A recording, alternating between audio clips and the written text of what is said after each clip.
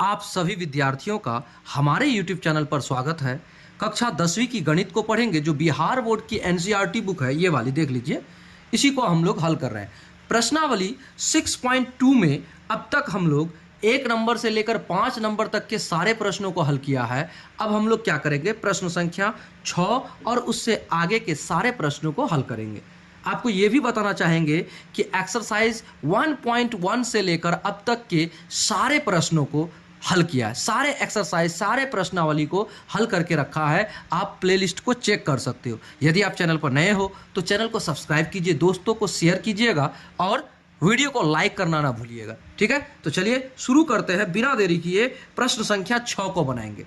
प्रश्न संख्या 6 कहता है आकृति 6.21 में क्रमशः, देखिए ये है आपका आकृति, ये वाली आकृति में क्रमशः OP, OQ और OR। देखिए कहता क्या है, OP कहाँ है भाई, OP, OQ, देखिए OQ और OR यहाँ तक पर स्थित बिंदु ABC, देखिए इसी पर स्थित है ABC, है ना, है इस प्रकार है कि AB समांतर है PQ के, AB समांतर है PQ के, इसके, ये समांतर है इसके, और कहता है AC समांतर है PR के, AC समांतर है PR के यानी इसके, और कहता है दर्शाइए कि BC समांतर है QR के, BC समांतर है QR के। ठीक है, ये दर्शाने के लिए कहा है। तो चलिए बेहतरीन ढंग से इसको हल करेंगे। देखिए हमने ग्राफ बनाया है, यानी इससे संबंधित जो डायग्राम है उसको हमने बना लिया है। ठीक है, तो चलिए शुरू करते हैं। सबसे पहले हल में हम लिखेंगे दिया है। सबसे पहले हल करते समय हमने हल लिख दिया, अब लिखेंगे दिया है। क्या दिया है भाई वो जानो, आपको दिया है, जो दिया है उस बात को लिखो। ये जो ऊपर वाली बात जो है OP, OQ, OR पर स्थित बिंदु ABC इस प्रकार है कि क्या दिया है, दिया है, आपको उस बात को लिखिएगा। दिया है भाई क्या, AB समांतर है PQ के और AC समांतर है PR के, AC समांतर है PR के और AC समांतर है PR के, है ना, ये आपको दिया है। और कहता है कि दर्शाइए कि BC समांतर है QR के। तो दर्शाइए मतलब सिद्ध करने के लिए कहा है, सिद्ध करना है, क्या करना है, BC समांतर है QR के। देखिए कितना बार समांतर यहां आपको दिया है, आप ये बात देखिए, 2 बार। तो ये तय है कि आपको ये 2 बार में आपको क्या करना पड़ेगा, कम से कम 2 बार थेल्स प्रमेय का प्रयोग करना होगा। क्यों, क्योंकि जब ये भुजाएं समांतर होती है ना, अगर ऐसा दिया हुआ है इस त्रिभुज में, देखिए ये भुजाएं समांतर है अगर, तो क्या होगा, इसका जो बिंदु होगा ना, ये PA या फिर PA बटे AO या फिर ऐसे कहिए OA बटे क्या होगा, AP समांतर होगा या बराबर होगा, क्या कहेंगे, बराबर होगा OB बटे क्या, BQ के, ऐसा होगा। जिस त्रिभुज में लीजिएगा उसमें बताना पड़ेगा। तो इससे क्या होगा, थेल्स प्रमेय से हम बता सकते हैं। सबसे पहले हम क्या करते हैं, एक बात, जैसे जैसे वो दिया है वैसे वैसे हम हल करेंगे। देखिए आपको दिया है कि ये PQ समांतर है किसका, इसका, ये समांतर है किसका, इसका। क्लियर। तो हम क्या करते हैं, इसको ऐसे करके समझिए, आप ऐसे करके त्रिभुज को समझिए, इसको भूल जाइए, इसको इधर वाले को भूल जाइए। अगर हम भूल जाएं तो देखिए ये त्रिभुज है ना समांतर रेखा वाला, अगर समांतर रेखा है तो ये बिंदु यानी कि APA बटे AO बराबर होगा OB बटे BQ होगा, थेल्स प्रमेय से एकदम होगा। इसको अगर आप भूल जाओगे तो ऐसे करके समझो, ऐसे करके। तो ठीक है, हम इसी त्रिभुज में लेंगे सबसे पहले। चलिए शुरू करते हैं। त्रिभुज किसमें, त्रिभुज POQ में या फिर OPQ में कर सकते हैं, लिखते हैं, सिद्ध करने के लिए शुरू करते हैं। त्रिभुज OPQ में, OP क्यू में। आपको ओ पी क्यू में क्या है, ओ पी क्यू में क्या है, ये समांतर है इसके, आपको दिया है तो क्या लिखेंगे, ए बी समांतर है पी क्यू के, ए बी समांतर है पी क्यू के, यह है, यह हमें दिया हुआ है तो लिखते हैं अतः थेल्स प्रमेय से, अतः थेल्स प्रमेय से हम कह सकते हैं, क्या कह सकते हैं कि ए ओ बटे ए पी, यानी कि ओ ए बटे ए पी बराबर होगा ओ बी बटे बी क्यू, ये होगा। तो हम कह सकते हैं ओ ए बटे ए पी बराबर होगा ओ बी बटे बी क्यू, होगा ना। ये पर समीकरण 1 हमारा बन गया। अब देखिए हम किस त्रिभुज में लिए, इस त्रिभुज में लिए ना, तो इस त्रिभुज को ले लिए तो अब इधर वाला त्रिभुज को लेंगे। यहां भी तो हमें दिया गया है ए सी समांतर है पी आर के, हमें तो दिया हुआ है ए सी समांतर है पी आर के, तो लेते हैं उस त्रिभुज में, त्रिभुज ओ पी आर में, ओ पी आर में क्या दिया है हमें, ए सी समांतर है पी आर के, यह हमें दिया हुआ है। जब इतना है तो अतः थेल्स प्रमेय से, थेल्स प्रमेय से हम क्या कह सकते हैं, थेल्स प्रमेय से हम कह सकते हैं कि ये जो भुजा है ओ ए बटे ए पी, ओ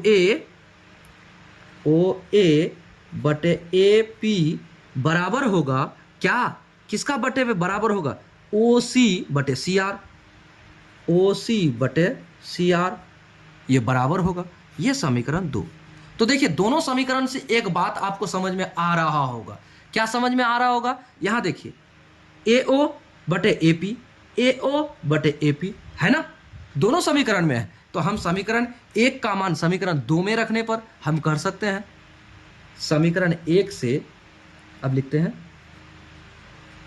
समीकरण 1 से मान समीकरण कितना में, 2 में रखने पर,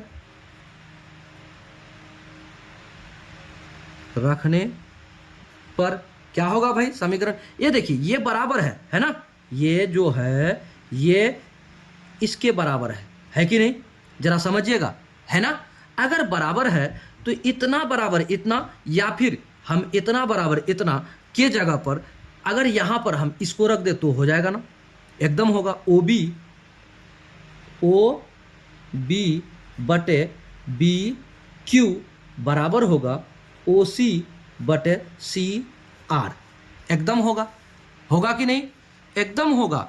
अब अगर ऐसा होगा तो आप हमें एक बात समझाइए, देखिए ओ बी बटे बी क्यू, ओ बी बटे बी क्यू, यहां पर एक बात देखिए। अब तीसरा जो त्रिभुज है ये दोनों को हमने बना लिया, इस दोनों को छोड़ दीजिए, इसको भूल जाइए। अब आइए यहां पर नीचे वाले को देखिए, इसमें ओ बी बटे बी क्यू, ओ बी बटे बी क्यू हमारा आया है, देखिए ओ बी बटे बी क्यू आया है, यहां से लेकर यहां तक, देखिए यहां से लेकर यहां तक इतना बटे इतना, और इतना बटे इतना, ओ सी बटे सी आर, ओ सी बटे सी आर। अगर ये अनुपात भुजाओं का जो अनुपात है ये अगर बराबर हो तो थेल्स का विलोम हमें सिखाता है कि ऐसा होने पर ये आमने सामने की जो भुजा है वो ऑटोमेटिक समांतर हो जाता है, थेल्स का विलोम हमें यही सिखाता है। तो हम क्या करते हैं, अब इससे ये साबित हो गया, ये समीकरण से ये साबित हो गया। अब लिखते हैं अतः त्रिभुज किसमें, त्रिभुज ओ क्यू आर में, किसमें, ओ क्यू आर में, ओ क्यू आर में क्या है भाई, थेल्स प्रमेय के विलोम से, थेल्स प्रमेय के विलोम से हम कह सकते हैं, हम क्या कह सकते हैं, यहां लिख देते हैं, हम कह सकते हैं, भाई क्या कह सकते हो आप कह सकते हो कि BC समांतर है QR के, BC समांतर है QR के। आराम से कह दिए हम। क्यों कह दिए? क्योंकि ये जो OB बटे BQ बराबर है OC बटे CR के, इसलिए हम ऐसा कह सकते हैं। तो यही तो हमें सिद्ध करने के लिए कहा था, यह हमारा प्रूव हो गया। क्लियर? तो देखिए प्रश्न संख्या कितना हल हो गया हमारा? 6। आराम से, बहुत ही बेहतरीन ढंग से हल हुआ।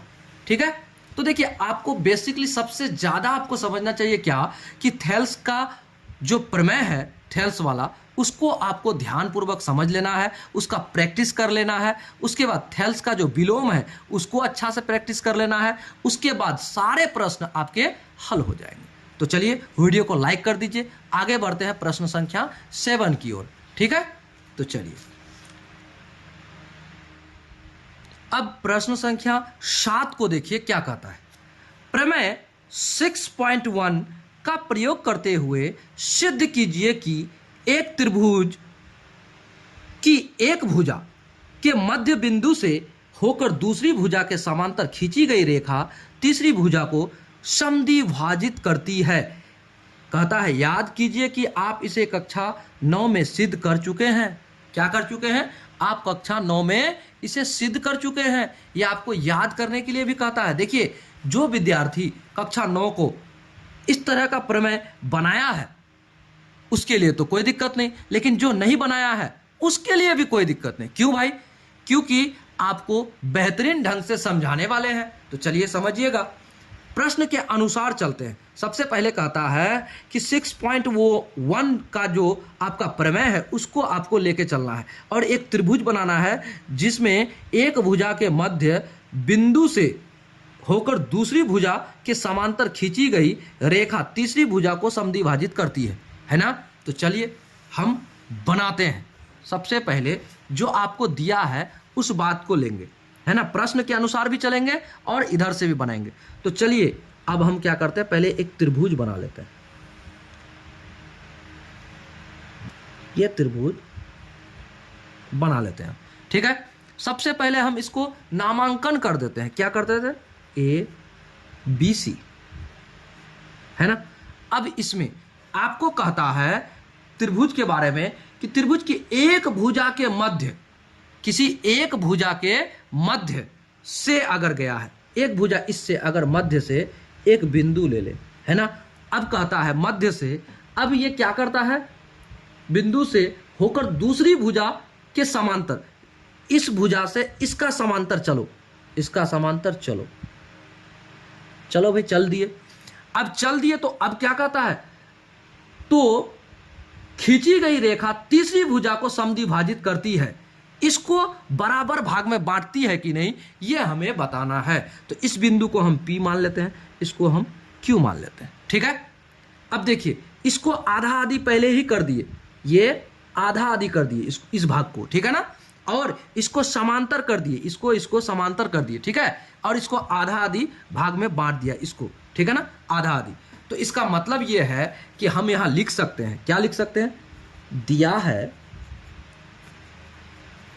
क्या दिया है भाई? आपको दिया है P AB का मध्य बिंदु है, P AB का मध्य बिंदु है। अगर P इसका मध्य बिंदु है, इसका मतलब यह है AP बराबर PB, इसका मतलब तो यही हुआ ना, AP बराबर PB, मध्य बिंदु का मतलब वही हुआ, आधा आधी बांट दिया इसको। तो इसको हम लिख सकते हैं, क्या लिख सकते हैं? इसलिए AP बराबर है PB के, इसको हम समीकरण 1 मानकर रख लेते हैं। जहां इसका प्रयोग करना होगा हम करेंगे। अब देखिए इतना हो गया।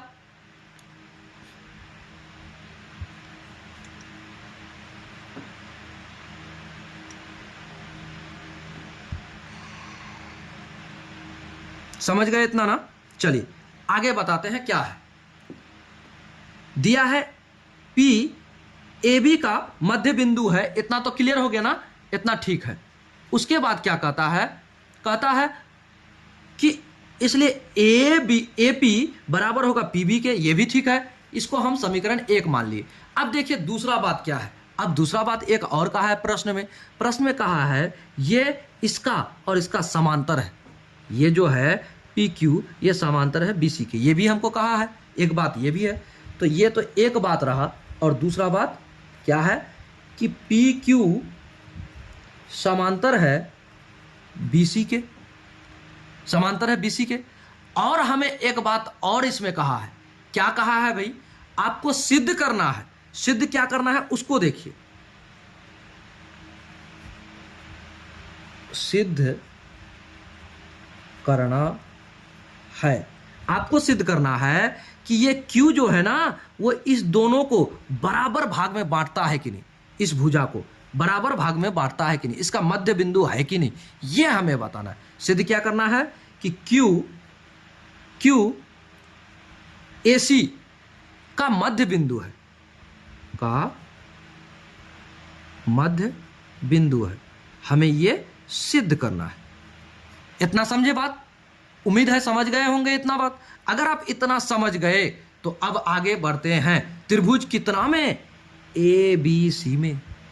अगर कोई भुजा समांतर ऐसे दिया हुआ है तो क्या होता है, थेल्स प्रमेय से आप जानते हो ए पी बटे पी बी बराबर ए क्यू बटे क्यू सी होता है ना, थेल्स प्रमेय से आपने थेल्स पढ़ा है। तो चलिए अब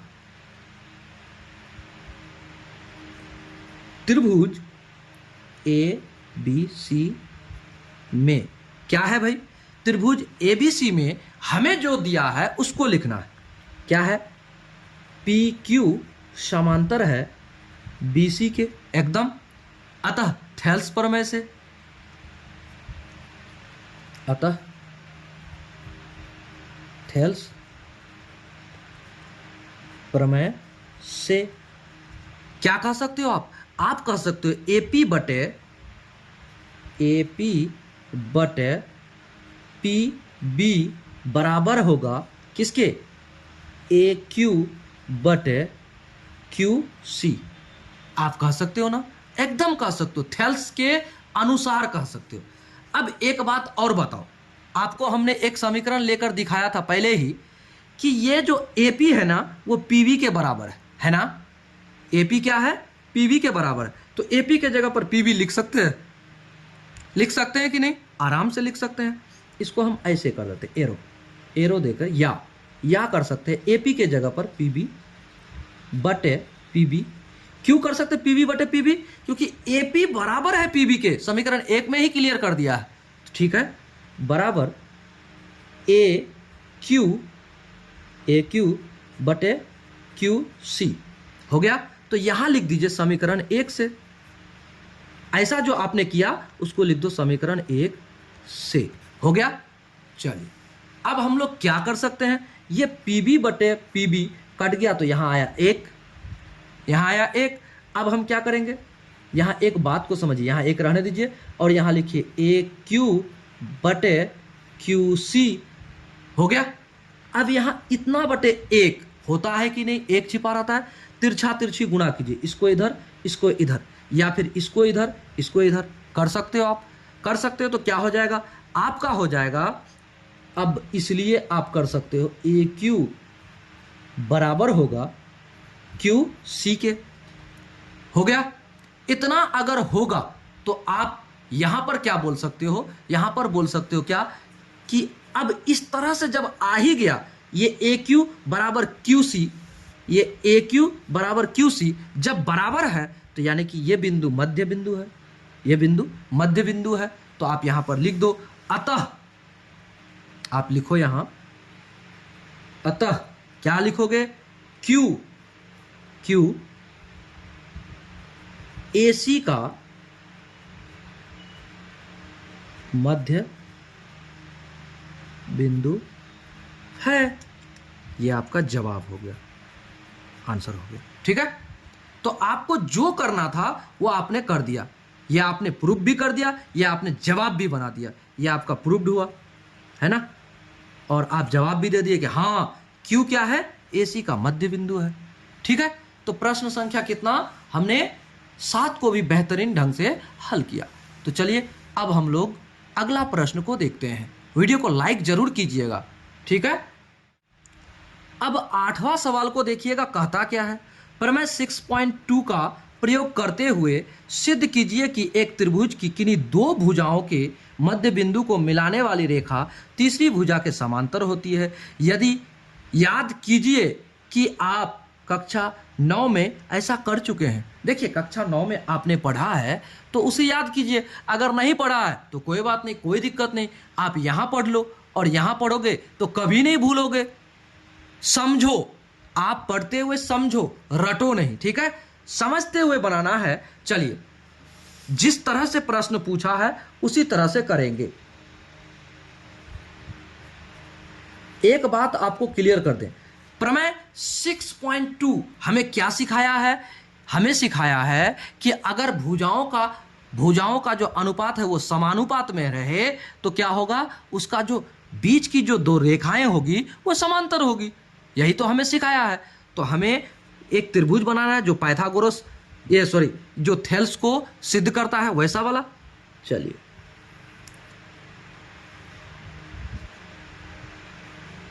छोटा हो गया जी, चलो कोई बात नहीं, आपको समझाना ही तो है। चलिए ए बी सी।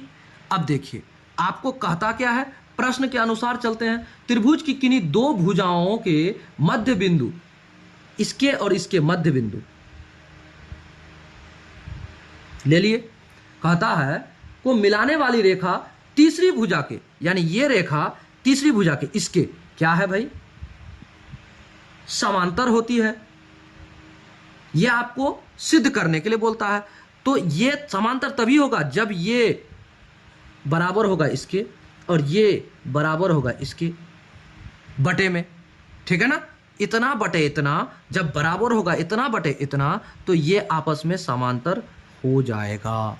ये थेल्स का विलोम हमें सिखाता है और ये तो थेल्स का विलोम से ही सिद्ध करने बोलता है प्रमेय संख्या 6.2 के अनुसार। तो चलिए हल करते हैं। हमें जो दिया है उस बात को लिखिए। दिया है, क्या दिया है भाई, P। यहां पर आप पहले P ले लो और Q ले लो, किस्सा खत्म, ठीक है ना। देखिए यहां पर आप M ले सकते हो, N ले सकते हो, मान सकते हो कुछ भी। तो हम P लेकर बनाते हैं, पिछला भी बनाया P लेके, तो इसलिए P निकल गया। चलिए क्या करते हैं, P से सबसे पहले क्या बोलता है, हम लिखते हैं P क्या है भाई, हमें दिया है P किसका, ये दोनों का मध्य बिंदु होगा, AB का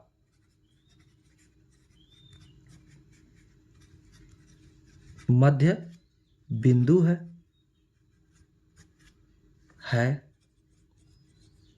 इतना हो गया, मध्य बिंदु है। अब एक बात और, QAC का और QAC का ठीक है, मध्य बिंदु है।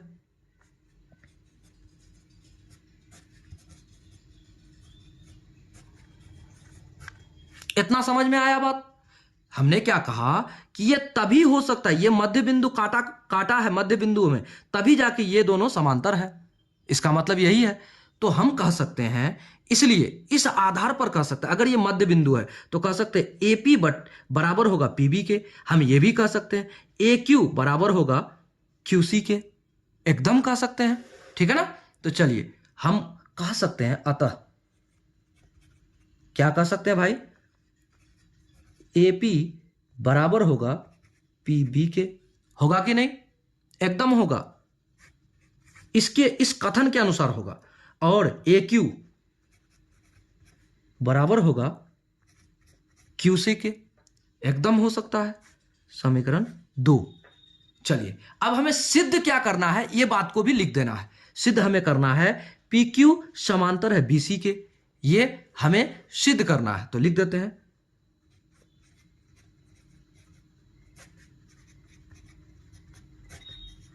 सिद्ध करना है क्या भाई, PQ समांतर है BC के, एकदम है। चलिए अगर है तो ये तो सिद्ध करना है, कैसे करेंगे, अगर ऐसा है तो थेल्स का विलोम लगाएंगे। और थेल्स का विलोम कैसे लगा सकते हैं? जब हमें पता हो जाएगा कि ये जो AP बटे PB बराबर है AQ बटे QC के। जब ये हमें पता हो जाएगा तो हम क्या करते हैं, त्रिभुज किसमें, हम अब लिखते हैं त्रिभुज ABC में, त्रिभुज ABC में हम क्या करते हैं, हम पहले सिद्ध करेंगे। क्या सिद्ध करेंगे? इतना बटे इतना, यानी AP बटे PB और बराबर अगर है तो करते हैं बराबर AQ बटे QC, है ना, करते हैं। और एक तरफ हम क्या करते हैं, एक तरफ पहले मान को समान कर देते हैं। कैसे करेंगे, देखिए कैसे करते हैं। अब देखिए ये AQ किसके बराबर है, AQ QC के बराबर है ना, तो कर देते हैं AP बटे PB बराबर है QC बटे QC। कर सकते हैं कि नहीं, AQ बराबर है ना QC के, यहां लिख देते समीकरण 2 से, समीकरण 2 से। कह सकते हैं कि नहीं, आराम से कह सकते हैं, आपको कोई डाउट नहीं होना चाहिए यहां पर, ठीक है। तो इतना हम कह सकते हैं। तो देखिए ये दोनों अगर हम काटते हैं तो क्या बचता है, एक बचता है ना, क्या बचता है कि नहीं, काटने पर एक। तो क्या करते हैं, इतना को अगर हम करते हैं, देखिए AP बटे PB है ना, इतना अगर हम कर लेते हैं तो इसको हम क्या करते हैं, बराबर 1 करके समीकरण 3 मान लेते हैं। मान लिया, पुनः AP बटे PB, ठीक है, बराबर AQ बटे QC। तो हम ऐसा भी तो कर सकते हैं, क्या कर सकते हैं भाई, इसको कर सकते हैं पुनः AP को PB कर सकते हैं ना। यहां पर देखिए AP बराबर PB है ना, ये देखिए यहां है ना, एकदम है। तो क्या करो, इसको आप कर सकते हो, PB बटे PB बराबर AQ बटे QC। तो अब देखिए ये कटा ना, तो बचा क्या, 1। तो इसलिए हम कह सकते हैं AQ बटे QC बराबर 1। अब देखिए इसको हम मान लेते हैं समीकरण 4, यहां मान लेते हैं। अब एक बात बताओ आप, इतना बटे इतना यानी AP बटे PB, AP बटे PB बराबर कितना है भाई, 1। ठीक उसी तरह से AQ बटे QC, AQ बटे QC कितना है भाई, 1। यानी ये समान है, ये समान है। अगर समान है तो हम क्या कह सकते हैं, थेल्स के विलोम से कह सकते हैं, क्या कह सकते हैं, हम कह सकते हैं कि ये जो भुजा है ना, ये PQ ये BC के समांतर है, हम कह सकते हैं। तो लिखते हैं चूंकि, या लिख देते हैं चूंकि समीकरण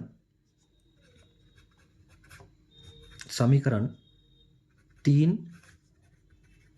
तथा 4 समीकरण 3 तथा 4 से, समीकरण 3 तथा 4 से क्या होता है, इतना बराबर इतना कह सकते हैं हम, AP बटे PB बराबर है AQ बटे QC के, कह सकते हैं ना। अगर ऐसा है तो हम कह सकते हैं अतः थेल्स प्रमेय के विलोम से, क्या कह सकते हैं, थेल्स प्रमेय के विलोम से कह सकते हैं, क्या कह सकते हैं, ये PQ समांतर है BC के, कह सकते हो PQ समांतर है BC के।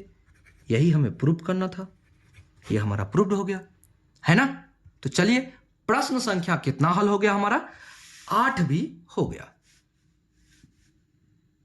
देखिए किस तरह से हल हुआ, ठीक है ना, इतना तो समझ गए ही होंगे। तो चलिए प्रश्न संख्या अगला को बनाते हैं। अब चलिए अगला प्रश्न की ओर। अगला प्रश्न 9 नंबर में कहता है, एक ABCD है, ABCD एक समलंब है यानी समलंब चतुर्भुज है, जिसमें ए बी समांतर है डी सी के तथा इसके विकर्ण परस्पर बिंदु ओ पर प्रतिच्छेद करते हैं, तो दर्शाइए कि ए ओ बटे बी ओ बराबर है सी ओ बटे डी ओ। तो एक बात आपको क्लियर कर दें, आपको यहाँ बोला भी गया है, देखिए ए बी समांतर है डी सी के, तो समलंब जो चतुर्भुज होता है ना, उसका दो भुजाएं जो है वो समांतर ही होगा। ठीक है, दो भुजा एकदम समांतर पैरेलल होगा ही, है ना। तो चलिए बताते हैं आपको ग्राफ बनाते हुए।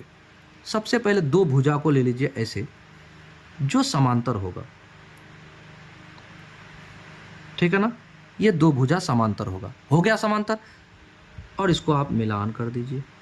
ये जैसा तैसा भी हो सकता है, लेकिन दो भुजा तो एकदम क्लियर होगा ही समांतर, है ना, समलंब में। तो चलिए सबसे पहले इसको नामांकन कर देते हैं, ए बी सी डी। क्यों भाई, ए बी समांतर है डी सी के, आपको कहा भी है ए बी समांतर है डी सी के, तो ये समांतर है इसके।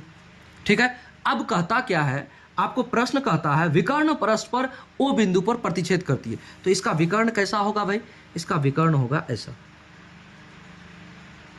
ऐसा, और इसको कर दो ऐसा, है, हो गया। अब इतना हो गया, तो देखिए यहां एक बात तो दर्शा एकदम अच्छा से झलकता है, क्या झलकता है, ये जो है ये समांतर है, लेकिन यहां पर एक बात देखिए, तो कहीं पर आपका एक चीज मिस हो रहा है जो यहां पर और नहीं है। क्या नहीं है, यहां देखिएगा, आपको यहां पर एक लंब नहीं है, यानी एक कुछ रचना करेंगे तब जाके हम थेल्स का जो है प्रमेय लगा सकते हैं, अन्यथा नहीं लगा सकते। ठीक है ना, ये ओ बिंदु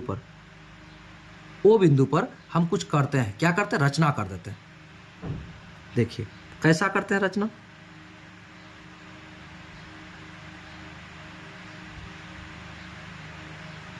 कर दिया।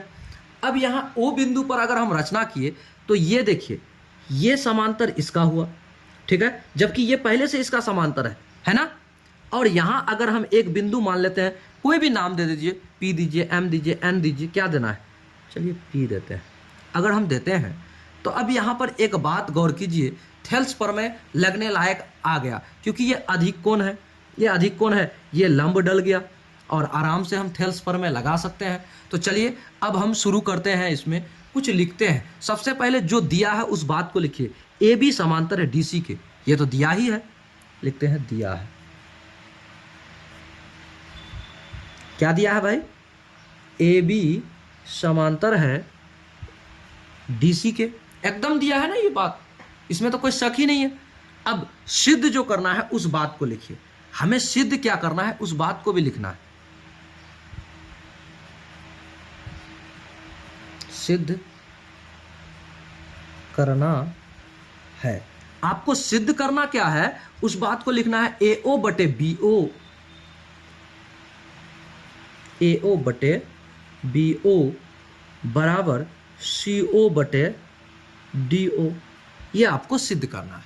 क्लियर। अब एक बात हम रचना कर लेते हैं, क्या रचना करते हैं जरा देखिएगा, ये रचना किए थे तो रचना के बारे में लिखना पड़ेगा ना, लिखते हैं रचना। भाई आपने क्या किया, ओ से पी बिंदु के लिए एक क्या किया, रेखाखंड खींचा, ओ से गुजरती हुई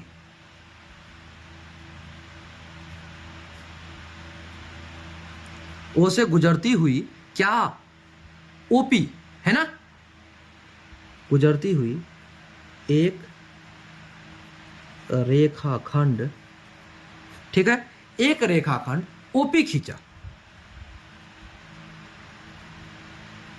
खींच लिया, जो क्या करता है, इसको क्या करता है, जो ए बी, ऐसा भी कर सकते हो, इसको बांटता है, या फिर इसको कह दो ए बी को और इसको समांतर है, जो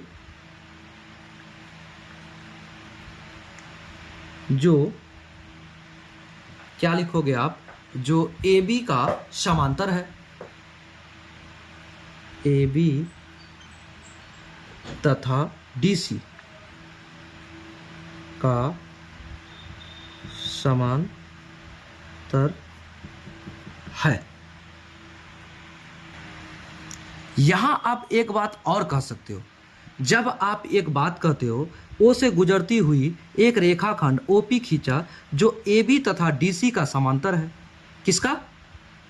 इसका और इसका समांतर है ये, तो इसका मतलब ये हुआ कि AB समांतर PO, ये भी कह सकते हैं, और कह सकते हैं PO समांतर DC, हम कह सकते हैं ना, या फिर DC समांतर PO कह सकते हैं, आराम से कह सकते हैं। तो हम कह सकते हैं, इसलिए क्या कह सकते हैं, AB समांतर PO एवं क्या कह सकते हैं, DC समांतर PO कह सकते हैं, हम एकदम कह सकते हैं। अगर कह सकते हैं तो चलिए अब हम लोग एक काम करते हैं। क्या करते हैं, जरा इस पर गौर कीजिएगा। यहाँ से लेकर यहाँ तक एक त्रिभुज है कि नहीं, यहाँ से लेकर यहाँ तक एक त्रिभुज ABD आराम से, या ADB ये त्रिभुज है, और इस पे ये देखिए ये लंब डला है, कन्फर्म। तो ये इसका समांतर है ना। तो हम आराम से कह सकते हैं, क्या कह सकते हैं, आपको बताते हैं। ये उल्टा करके अगर त्रिभुज डाला हुआ है तो हम ऐसे करके अगर मान लेते हैं, इस त्रिभुज को ऐसे मान लेते हैं, तो देखिए ऐसे करके यहाँ से लेकर यहाँ, और यहाँ से लेकर यहाँ, यहाँ से लेकर यहाँ, आराम से हम इसको कर सकते हैं। अब एक बात, यहाँ पर एक त्रिभुज तो आप देख रहे हो, एक त्रिभुज यहाँ से भी होता है, यहाँ से ऐसे करके है ना, दो त्रिभुज आराम से दिख रहा है हमें। तो चलिए अब हम करते हैं, क्या है, त्रिभुज ADB में, त्रिभुज ADB में, भाई क्या है ADB में, ये जो है ये PO समांतर है AB के, आराम से कह सकते हैं हम। ये बात तो कह सकते हो ना आप, PO समांतर है AB के, एकदम कह सकते हैं। या फिर आप ये भी कह सकते हो, ये PO समांतर है किसके, इसके AB के, आप कह सकते हो। या फिर इधर से एक बात ले सकते हो, यहाँ से लेकर यहाँ तक इसको ले सकते हो। इसको अगर आप लेते हो तो भी चलेगा, ये DC के हो जाएगा तब समांतर। तो सबसे पहले हम इधर ही लगा लेते, DC वाले पे ही लगा लेते, क्योंकि हमें करना है इसको समांतर। तो कर देते हैं यहाँ पर DC। चलिए DC, PO समांतर DC, आराम से कह सकते हैं। अब हम इसको कहेंगे अतः थेल्स प्रमेय से, अतः थेल्स प्रमेय से।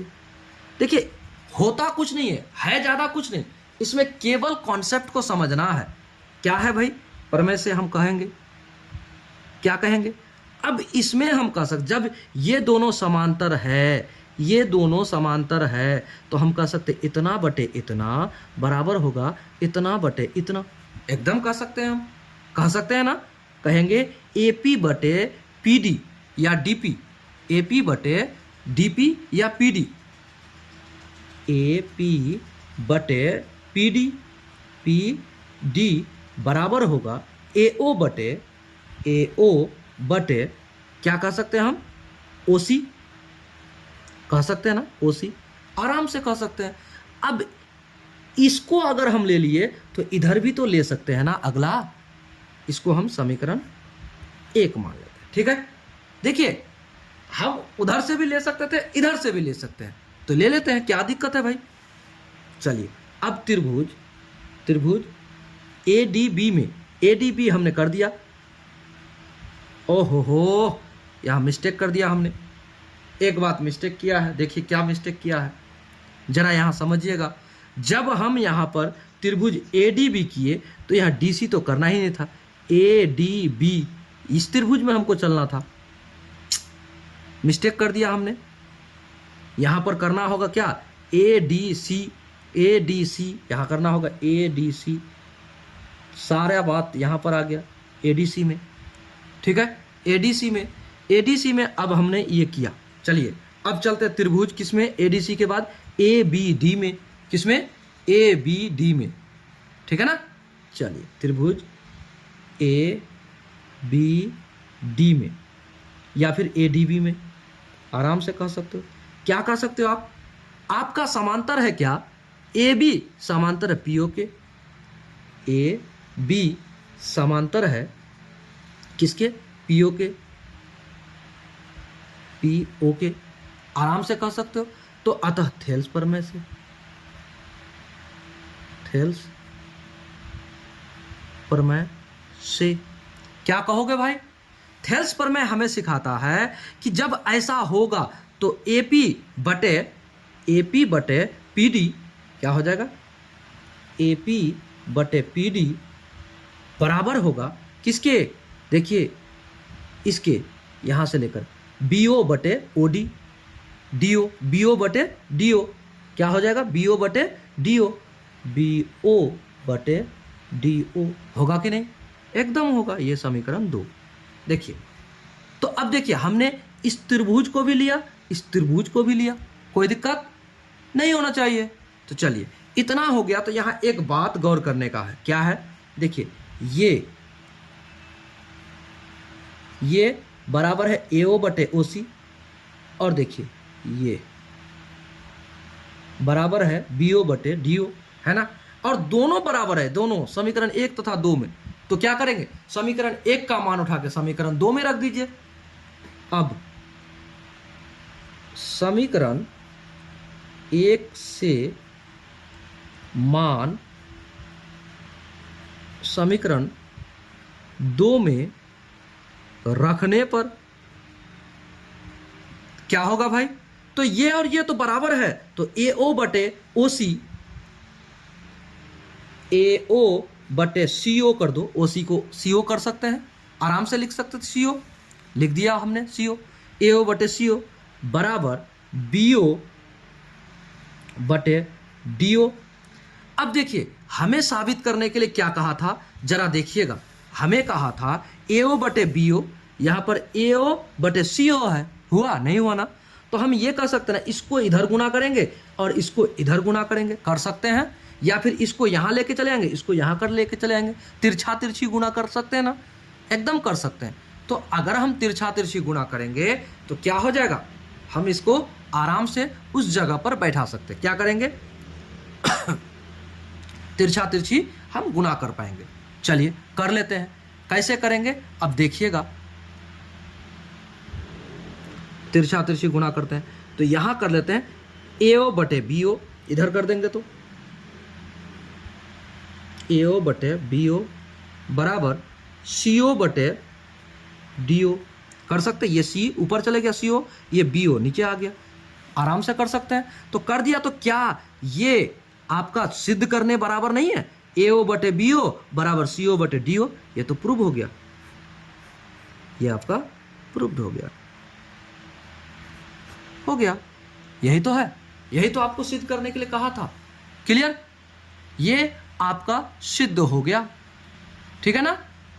चलिए अब चलते हैं अगला में, क्या करेंगे, अगला प्रश्न को देखते हैं क्या होता है, ठीक है ना। प्रश्न को समझ गए होंगे आप लोग कि प्रश्न को किस तरह से हल किया गया।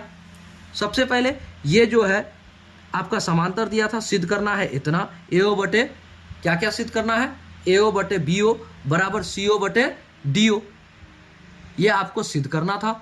और क्या करना था, आपको एक बात लिखना था कि आपका क्या समांतर है नहीं है, वो भी हमने लिख दिया, और थेल्स प्रमेय से हम इसको आगे बढ़ गए, आराम से बना लिया, है ना। तो चलिए अगला प्रश्न को आप देखते हैं। अगला प्रश्न को देखिए, जो इस प्रश्नावली के अंतिम प्रश्न है, ये क्या कहता है जरा समझिएगा। एक चतुर्भुज एबीसीडी के विकर्ण परस्पर ओ बिंदु पर इस प्रकार प्रतिच्छेद करती हैं कि एओ बटे बीओ, जस्ट वैसा ही प्रश्न है, एओ बटे बीओ बराबर सीओ बटे डीओ है। दर्शाइए कि एबीसीडी एक समलंब है। तो समलंब क्यों है, क्योंकि अगर आपका समलंब चतुर्भुज जो होगा उसका दो भुजाएं क्या होगा, समांतर होगा, क्या होगा, दो भुजाएं समांतर होगा। तो चलिए आराम से बनाते हैं, कैसे बनाएंगे जरा देखिएगा। सबसे पहले लिखते हैं, हम क्या करते हैं, समलंब चतुर्भुज बनाते हैं।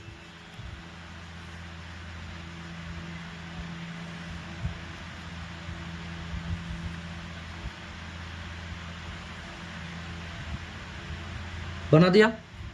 अब देखिए ये दोनों समांतर होगा क्योंकि समलंब होगा तो, है ना। अब इसको विकर्ण को मिला देते हैं, थोड़ा आगे पीछे हो सकता है पेन के कारण, कर दिया। अब देखिए जब भी समलंब चतुर्भुज का प्रश्न हो, इसमें एक आपको रचना करना पड़ेगा। अगर आप रचना नहीं करेंगे ना तो आप इसे सिद्ध नहीं कर पाओगे, क्योंकि इसका जो कोण होते हैं ना वो अधिक कोण के होते हैं। तो 90 डिग्री वाला तो काम करना ही होगा, आपको समांतर कुछ लेना ही होगा, है ना। तो इसको मान लेते हैं P बिंदु, एकदम मान लिया। अब देखिए जो आपको दिया है उसको आप बखूबी लिखो। आपको जो दिया है, क्या दिया है, आपको दिया है ये जो डायग्राम बनाना था आपके प्रश्न के अनुसार हमने बना दिया। आपको दिया क्या है, AO बटे, दिया है क्या दिया है, AO बटे BO बराबर है किसके, CO बटे DO के। ये आपको दिया है। अगर ऐसा है तो आपका ये समांतर है, ये दोनों कंफर्म। और समांतर है तो ये समलंब चतुर्भुज है। अगर समलंब चतुर्भुज है तो ये दोनों समांतर है। आप जिधर से बोलो बात तो वही होगा।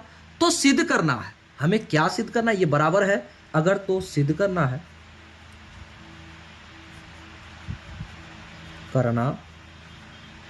आपको क्या सिद्ध करना है भाई, ABCD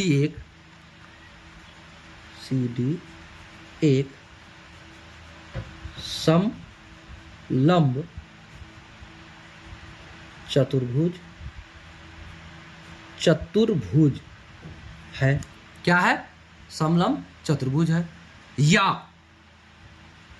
या AB समांतर है DC के, AB समांतर है DC के, मतलब समझे, DC मतलब CD, या फिर यही कहो ये बराबर समांतर है। क्लियर, इतना होगा। अब हम रचना करते हैं, जो रचना किए हैं उसके बारे में लिखेंगे। क्या रचना किए हैं भाई, हम रचना किए हैं P से O तक एक रेखाखंड खींचा, P से कितना तक, O तो हो तक एक रेखाखंड खींचा था कि नहीं, खींचा है ना। P से O तक एक रेखाखंड खींचा जो AB के समांतर है। क्या है, AB के समांतर है कि नहीं, इसके समांतर है कि नहीं। अगर इसके समांतर है तो आप कहोगे कि इसके भी समांतर है। ये तो हमें सिद्ध ही करना है कि ये बराबर इतना, ये सिद्ध करना है, इतना बराबर इतना हमें सिद्ध करना है, ठीक है ना। हम यहां नहीं कर सकते, किसी एक ही भुजा को कह सकते हैं कि ये इसके समांतर है, या फिर कहेंगे इसके समांतर है। बात को समझे। चलिए हम लिखते हैं खींचा, जो किसके समांतर है, AB के समांतर है, AB के समांतर है। इसलिए हम कह सकते हैं AB समांतर PO, एकदम कह सकते हैं। कह सकते हो कि नहीं, एकदम कह सकते हैं। अब हम चलते हैं त्रिभुज कितना में, ADB में। किसमें, ADB में, त्रिभुज ADB में। भाई क्या है ADB में, ADB में ये समांतर है इसके, एकदम है। क्या है भाई, समांतर है AB समांतर PO, एकदम है। अगर ऐसा है तो थेल्स प्रमेय लगाओ। क्या करो, थेल्स प्रमेय लगाओ। थेल्स प्रमेय से हम कह सकते, क्या कह सकते हैं, देखिए जब ऐसा हो जाए, ये समांतर है इसके, तो हम कह सकते हैं, क्या कह सकते, AP बटे PD बराबर होगा BO, यानी कि BO बटे DO, BO बटे DO कह सकते हैं हम, BO बटे DO आराम से कह सकते हैं, ठीक है ना।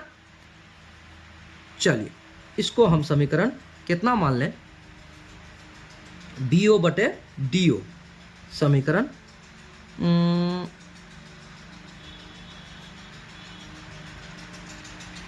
समीकरण एक काम करते हैं, इसको समीकरण अगर 2 मानते हैं तो इसको समीकरण 1 मानेंगे, या इसको समीकरण 1 मानते तो इतना से फिर दिया है वाला में कैसे लेंगे हम। तो एक काम करते हैं, इसी को समीकरण 1 मान लेते हैं जो दिया है आपको, और इसको मान लेते हैं समीकरण 2। ऐसा कर सकते हैं हम, जो हमें दिया है उसको हम समीकरण 1 मान लिए और ये समीकरण 2 हो गया। अगर हम ऐसा करते हैं तो हमें ज़्यादा कुछ लिखना नहीं पड़ेगा, आगे कुछ बढ़ना नहीं पड़ेगा। देखिए यहाँ पर AP बटे PD बराबर BO बटे DO है ना। BO बटे DO हम कर सकते हैं, कैसे कर सकते हैं, यहाँ देखिए समीकरण 1 में थोड़ा सा हेरफेर करने पर ये BO को यहाँ लेके आएंगे और CO को इधर लेके आएंगे, तो यहाँ पर BO बटे DO आ जाएगा। तो बराबर क्या हो जाएगा, AO बटे CO आ जाएगा ना, बराबर में एकदम आ जाएगा। तो हम क्या करते हैं, समीकरण 1 में थोड़ा सा छेड़छाड़ कर लेते हैं। अब लिखते हैं समीकरण 1 से, समीकरण 1 हमारा क्या है, AO बटे BO बराबर है CO बटे DO। हम इसको छेड़छाड़ कर देते हैं, इसको यहाँ लेके आते हैं, इसको यहाँ लेके आते हैं, तिरछा तिरछी में कर सकते हैं ना। AO बटे CO बराबर होगा BO बटे DO। अब देखिए समीकरण 2 क्या है, समीकरण, इसको हम समीकरण 3 भी मान सकते हैं। क्या मान सकते हैं कि नहीं, समीकरण 3। अब जरा समीकरण 3 और 2 को देखिए। समीकरण 3 और 2 हमें यह बताता है कि BO बटे DO हमें यह बताता है कि ये इतना और इतना बराबर है। क्या बराबर है कि नहीं, तो हम कह सकते हैं, क्या कह सकते हैं, समीकरण कितना 3 का मान समीकरण 2 में रखने पर कर सकते हैं ना। अब समीकरण 3 का मान समीकरण 2 में रखने पर भाई होगा क्या, समीकरण 2 में रखने पर AP बटे PD बराबर होगा, क्या हो जाएगा, AO बटे CO होगा, एकदम होगा। अगर इस बात को आप यहाँ देखेंगे, इस चतुर्भुज में देखेंगे, आपका चतुर्भुज कहता क्या है, AP बटे PD P कहाँ है, AP बटे PD, और आपका ये बराबर क्या है, AO बटे CO। तो अब देखिए ये यहाँ से लेकर ये त्रिभुज किसको दिखा रहा है, कलम रेड से दिखा रहा हूँ हम आपको, आप नहीं कीजिएगा। ये जो त्रिभुज को आप दिखा रहा है, ये त्रिभुज को अब दिखा रहा है, ये बता रहा है। तो ये त्रिभुज में अगर ऐसा हो जाए तो देखिए, ये त्रिभुज में अगर ऐसा हो जाए तो इसका मतलब क्या है, PO समांतर हो जाएगा इसके, PO समांतर हो जाएगा इसके, क्योंकि ये अनुपात में है। तो ये PO इसका समांतर अगर हो जाता है तो मतलब ये इसका जब समांतर होगा, ये तो पहले से इसका समांतर है ना। अगर ये समांतर इसका हो जाए तो ये तो पहले से इसका समांतर है, इसका मतलब ये समांतर ये हो जाएगा। बात को समझ गए ना। तो चलिए आगे बढ़ते हैं। चलिए अब यहां पर हम लिखते हैं, क्या लिखते हैं, इतना अगर आ गया तो हम यहां लिख सकते हैं, अतः थेल्स ADC में, त्रिभुज ADC में, अब लिखते हैं, अतः त्रिभुज ADC में, ADC कौन सा, ये देखिए ADC में क्या हो जाएगा भाई, ADC में क्या होने जा रहा है, जरा इस बात को देखिएगा, थेल्स प्रमेय के विलोम से, थेल्स प्रमेय के विलोम से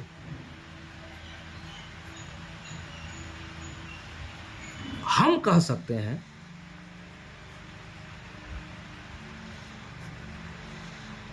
क्या कह सकते हैं, हम कह सकते हैं PO बटे D, PO समांतर होगा DC के, कह सकते हैं PO समांतर होगा DC के, होगा ना।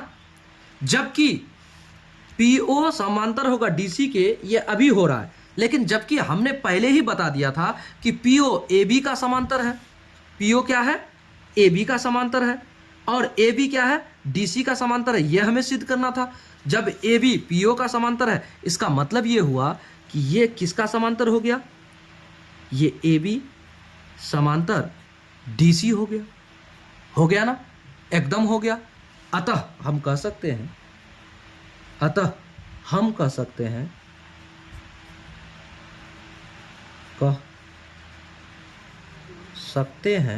क्या कह सकते हैं भाई, अगर समांतर हो ही गया तो हम कह सकते हैं ए बी सी डी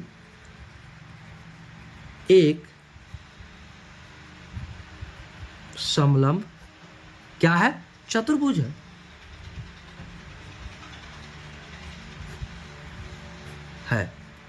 यही तो हमारा आंसर है, यही तो हमें सिद्ध करने बोला था, हो गया। तो प्रश्न संख्या कितना 10 भी हमारा बेहतरीन ढंग से हल हो गया। चलिए आगे बढ़ेंगे, अब अगला चैप्टर में मिलेंगे आपसे। इस वीडियो में यहीं तक। अगर आप चैनल पर नए हैं तो चैनल को सब्सक्राइब जरूर कीजिए और अपने दोस्तों को शेयर कीजिए, वीडियो को लाइक कीजिए, कमेंट कीजिए, क्योंकि आपके कमेंट से हमें मोटिवेशन मिलता है ऐसे वीडियोस बनाने के। ठीक है ना, तो चलिए मिलेंगे अगले वीडियो में अगले सवाल के साथ, अगले एक्सरसाइज में। तब तक के लिए जय हिंद।